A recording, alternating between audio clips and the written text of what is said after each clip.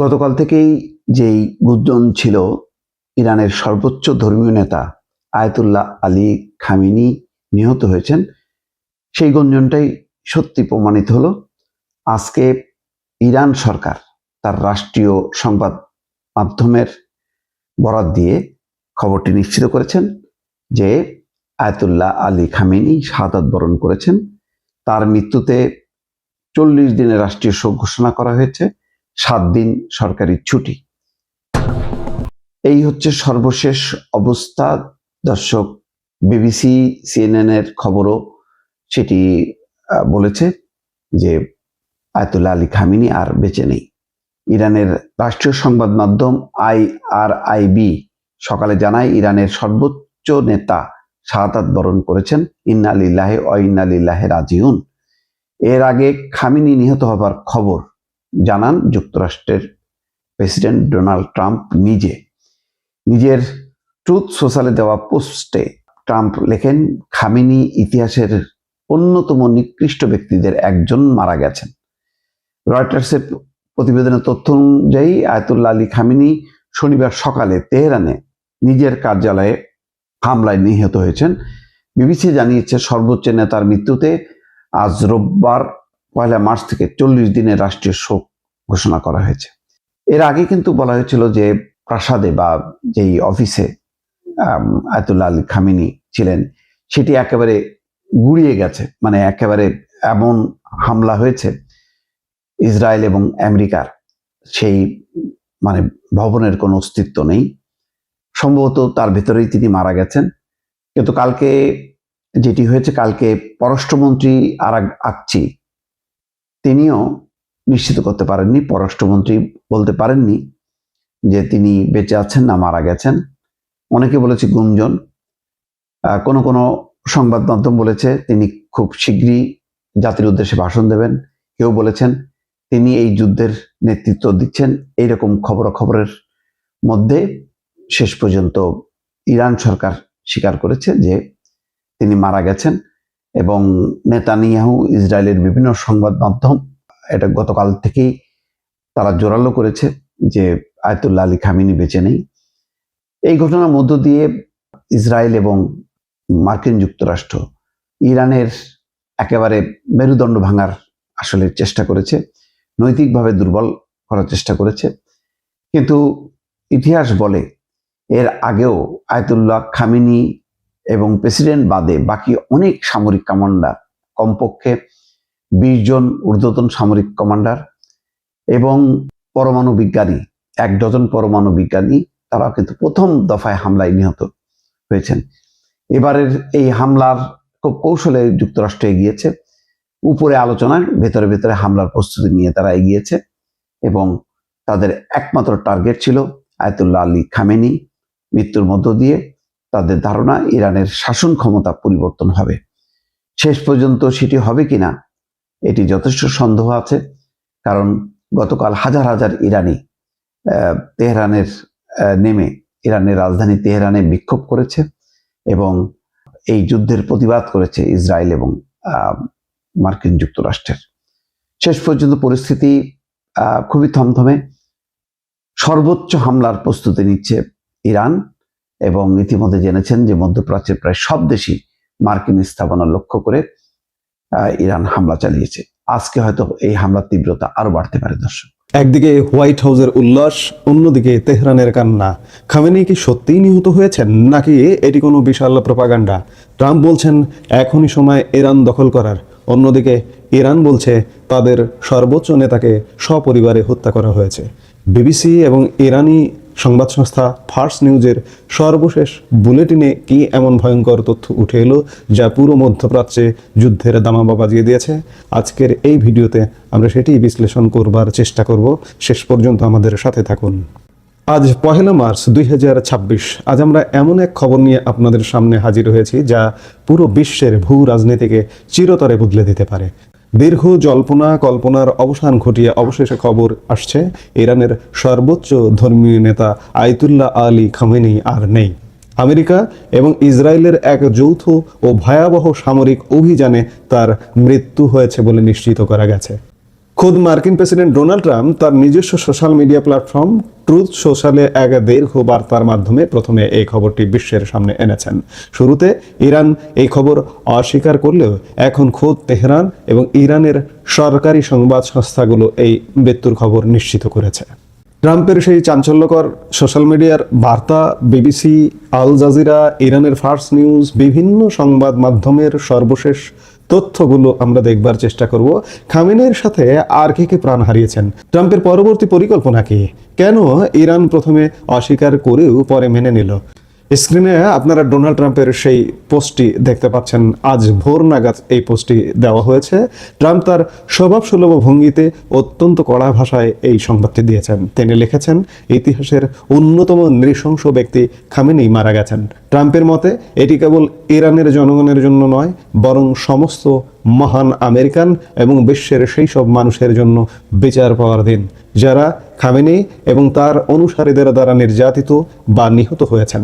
Trump তার পোস্টে খামেনেইর বাহিনীকে রক্তপিপাসু ঠগ হিসেবে আখ্যায়িত করেছেন। প্রেসিডেন্ট ট্রাম্প আরও দাবি করেছেন যে খামেনেই আমেরিকার অত্যন্ত শক্তিশালী ইন্টেলিজেন্স বা গোয়েন্দা নজরদারি এবং অত্যাধুনিক ট্র্যাকিং সিস্টেম এড়াতে ব্যর্থ হয়েছেন। ইসরায়েলের সাথে অত্যন্ত ঘনিষ্ঠভাবে কাজ করে এই অভিযানটি চালানো হয়েছে। ট্রাম্প গর্বের সাথে বলেছেন যে আমেরিকা ও ইসরায়েলের এই যৌথ শক্তির সামনে খামেনেই বা তার সাথে থাকা অন্য কোনো নেতার কিছুই করার ছিল না। এটি ছিল নিখুঁত এক অপারেশন। ট্রাম্প এই ঘটনাকে ইরানের সাধারণ মানুষের জন্য তাদের দেশ ফিরে পাওয়ার একমাত্র শ্রেষ্ঠ সুযোগ হিসেবে বর্ণনা করেছেন। কিন্তু সবচেয়ে চমকপ্রদ তথ্যটি হলো ইরানের সামরিক বাহিনীর ভেতরকার অবস্থা নিয়ে ট্রাম্পের দাবি। ট্রাম্প লিখেছেন, আমরা খবর পাচ্ছি যে ইরানের রেভলিউশনারি গার্ড বা IRGC সামরিক বাহিনী এবং অন্যান্য নিরাপত্তা ও পুলিশ বাহিনীর অনেকেই আর যুদ্ধ করতে চায় না। তারা আমাদের কাছে ক্ষমা বা দায় মুক্তি চাইছে। প্রেসিডেন্ট ট্রাম্প এখানে একটি আলটিমেটাম দিয়েছেন।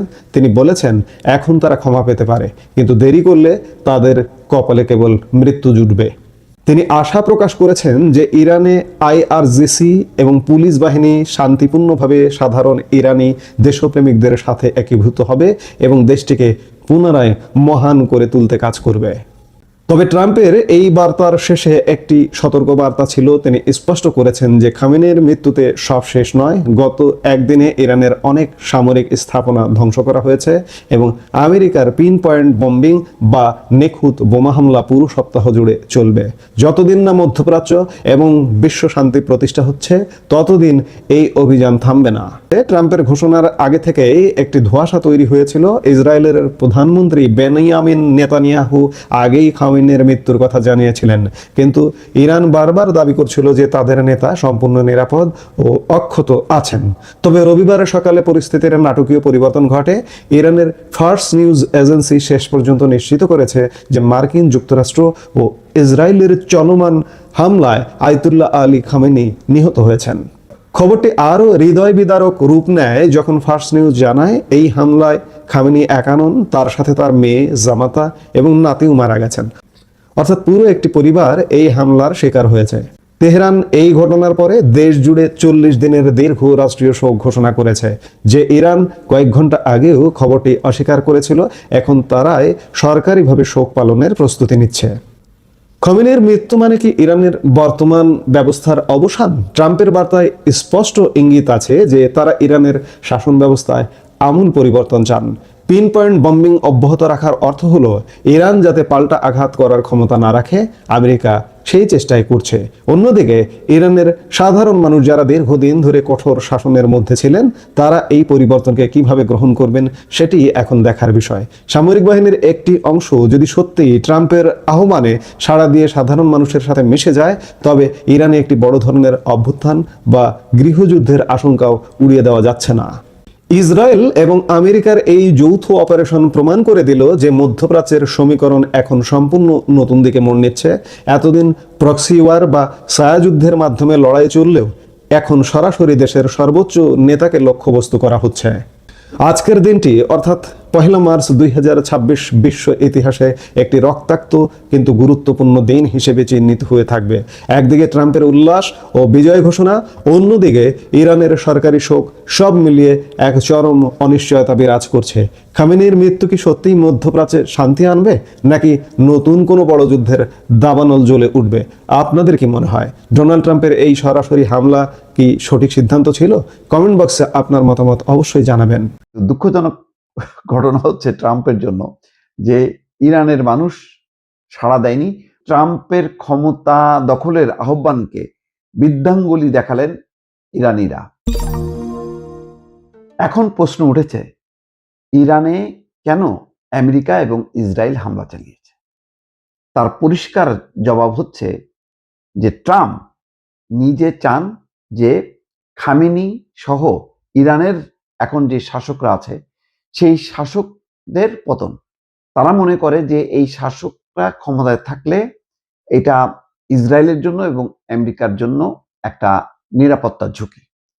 সেই ঝুঁকি কমানোর জন্য তারা শাসন ব্যবস্থার পরিবর্তন চান। এই কারণে নানাভাবে চেষ্টা করছে যে ইরানি জনগণ যাতে বিক্ষোভ করে, আভ্যন্তরীণভাবে এমন একটি পরিস্থিতি তৈরি করে যাতে ইরানের শাসকরা পরাজিত হয়, সেখানে একটা গণ অভ্যুত্থান সংগঠিত হয়।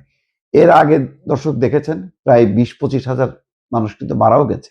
তখন ট্রাম্প বারবার সমর্থন জানিয়েছে এই শাসন ব্যবস্থার পরিবর্তনের জন্য জনগণের অভ্যুত্থানকে। আবারও কয়েকদিন আগে ইরানের বিক্ষোভ দেখা দিয়েছে এবং তারপর পরে এই হামলা। তো বলা হচ্ছে যে প্রথম দফায় ট্রাম্প যেটা পারেননি, দ্বিতীয় দফায় তিনি দেখছেন যে যদি হামলা হয়, আবার যদি বিক্ষোভ হয়, তাহলে হয়তো পতন ঘটবে।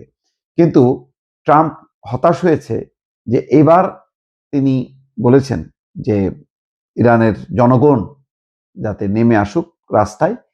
কিন্তু দুঃখজনক ঘটনা হচ্ছে ট্রাম্পের জন্য যে ইরানের মানুষ সাড়া দেয়নি, বরং হাজার হাজার মানুষ রাস্তায় নেমেছে এবং ইসরায়েল এবং আমেরিকার বিরুদ্ধে স্লোগান দিয়েছে। খবরে বলা হচ্ছে যে ট্রাম্পের ক্ষমতা দখলের আহ্বানকে বৃদ্ধাঙ্গুলি দেখালেন ইরানিরা। অর্থাৎ ইরানের জনগণ এবার আর মানে ধোঁকার মধ্যে পড়েনি। ইরানের রেজিম চেঞ্জ তথা শাসন ব্যবস্থার পরিবর্তনের জন্য যুক্তরাষ্ট্র এবং ইসরায়েল যৌথভাবে দেশটিতে হামলা চালিয়েছে। আসলে ওই যে পরমাণু নিরস্ত্রীকরণ বা ইউরেনিয়াম সমৃদ্ধকরণ যেই কর্মসূচি, সেটা বন্ধ করতে হবে, এইগুলি অজুহাত, এগুলি কোনো ব্যাপার না।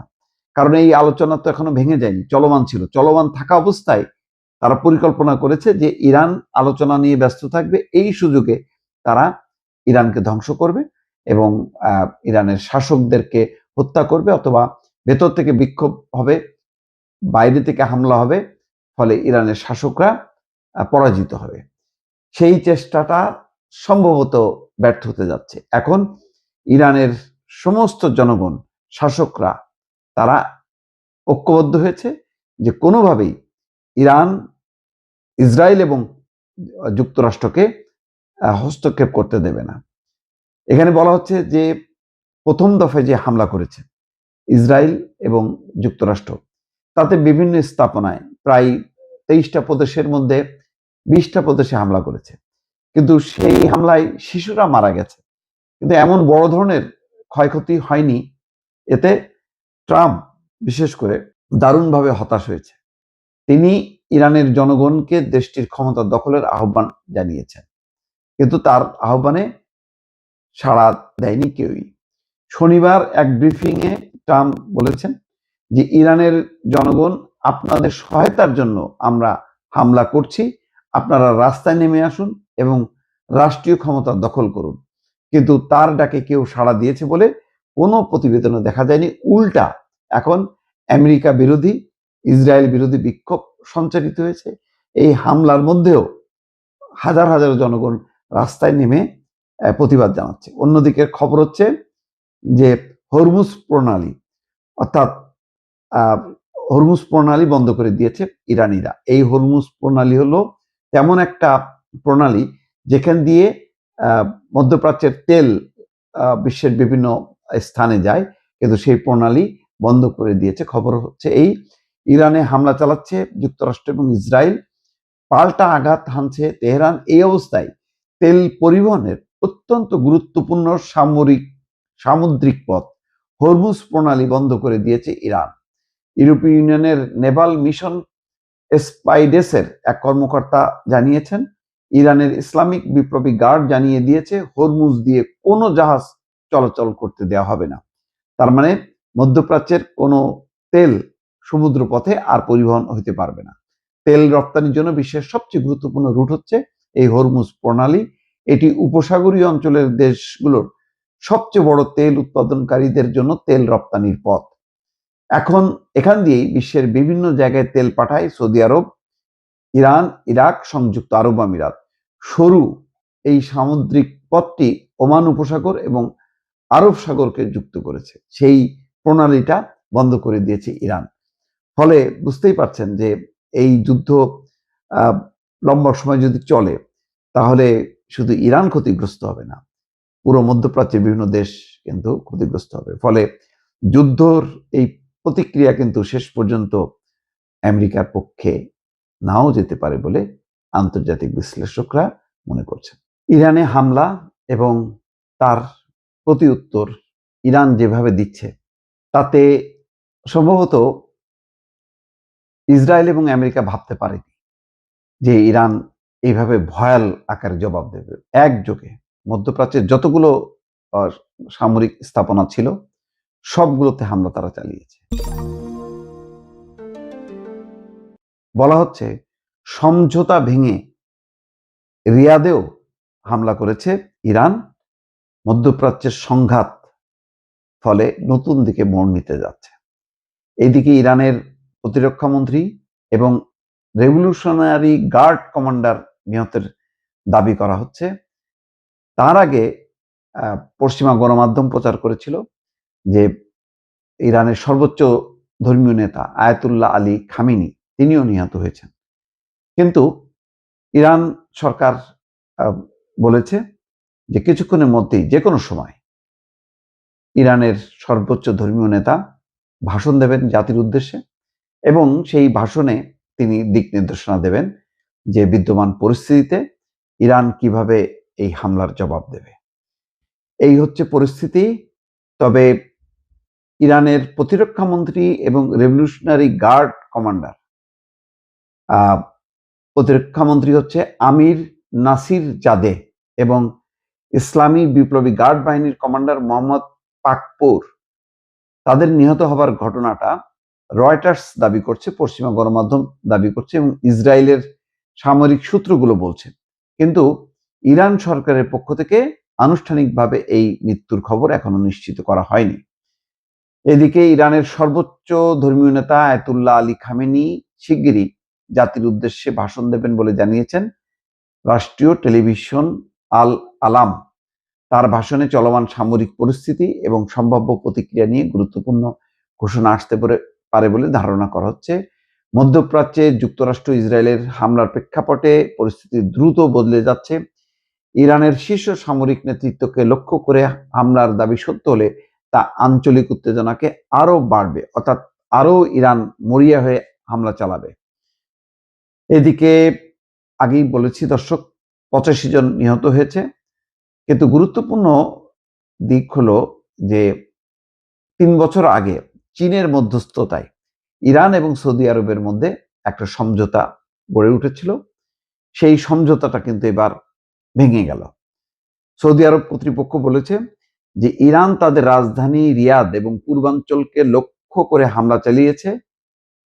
সরকারি বিবৃতিতে হামলাকে স্পষ্ট এবং কাপুরুষোচিত বলে আখ্যা দেওয়া হয়েছে এবং দাবি করা হয়েছে সৌদি প্রতিরক্ষা ব্যবস্থা সফলভাবে এই হামলা প্রতিহত করেছে। 2023 সালে চীনের মধ্যস্থতায় সৌদি আরব এবং ইরানের মধ্যে কূটনৈতিক সম্পর্ক পুনঃস্থাপনের যে সমঝোতা হয়েছিল, 3 বছর পর রিয়াদের রাজধানীতে এই হামলার ঘটনা সেই সমঝোতা ভেঙে যেতে পারে। ফলে আবার নতুন করে ইরান এবং সৌদি আরবের মধ্যে উত্তেজনা দেখা দিতে পারে। ইতিমধ্যে বাহরাইনে শুনেছেন যে 5ম নৌ সদর দপ্তরে মার্কিন নৌ সদর দপ্তরে হামলা চালিয়েছে খুব সফলভাবে।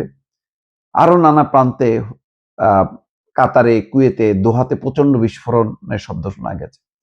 মোট কথা বলা যায় যে এখন যেই যুদ্ধ চলছে এটা একেবারে পূর্ণাঙ্গ যুদ্ধ, এবং ইরান যে এইভাবে উত্তর দেবে এটা কল্পনাও করতে পারেনি ইসরায়েল এবং যুক্তরাষ্ট্র, এবং সফলভাবে সেই হামলাগুলো করছে, যার পুরো খবর এখনো প্রকাশ হয়নি। স্বাভাবিকভাবে এখন মনস্তাত্ত্বিক যুদ্ধ চলছে। পশ্চিমা গণমাধ্যমগুলো ইসরায়েল এবং আমেরিকার পক্ষ নিয়ে ইরানের বিভিন্ন জন মারা গেছে, সর্বোচ্চ ধর্মীয় নেতা মারা গেছে, প্রতিরক্ষা মন্ত্রী মারা গেছে, তারপরে ইসলামী বিপ্লবী গার্ড বাহিনীর কমান্ডার, চিফ কমান্ডার তিনি মারা গেছেন। এ ধরনের প্রচার চালিয়ে যাচ্ছে। হয়তো এর মধ্যে কেউ কেউ মারা যাইতেও পারে, কিন্তু ইরানের যে অভিজ্ঞতা বছর খানিক আগে, সেই হামলায় ইরানের শীর্ষ 20 জন কমান্ডার, শীর্ষ পরমাণু কর্মকর্তা, প্রায় 1 ডজন কর্মকর্তা মারা যাবার পরও ইরান যেভাবে ঘুরে দাঁড়িয়েছে এবং জবাব দিয়েছে, সারা বিশ্ব অবাক হয়েছে এবং তারা দেখছে যে এইগুলিতে ইরানের কিছু আসে যায় না।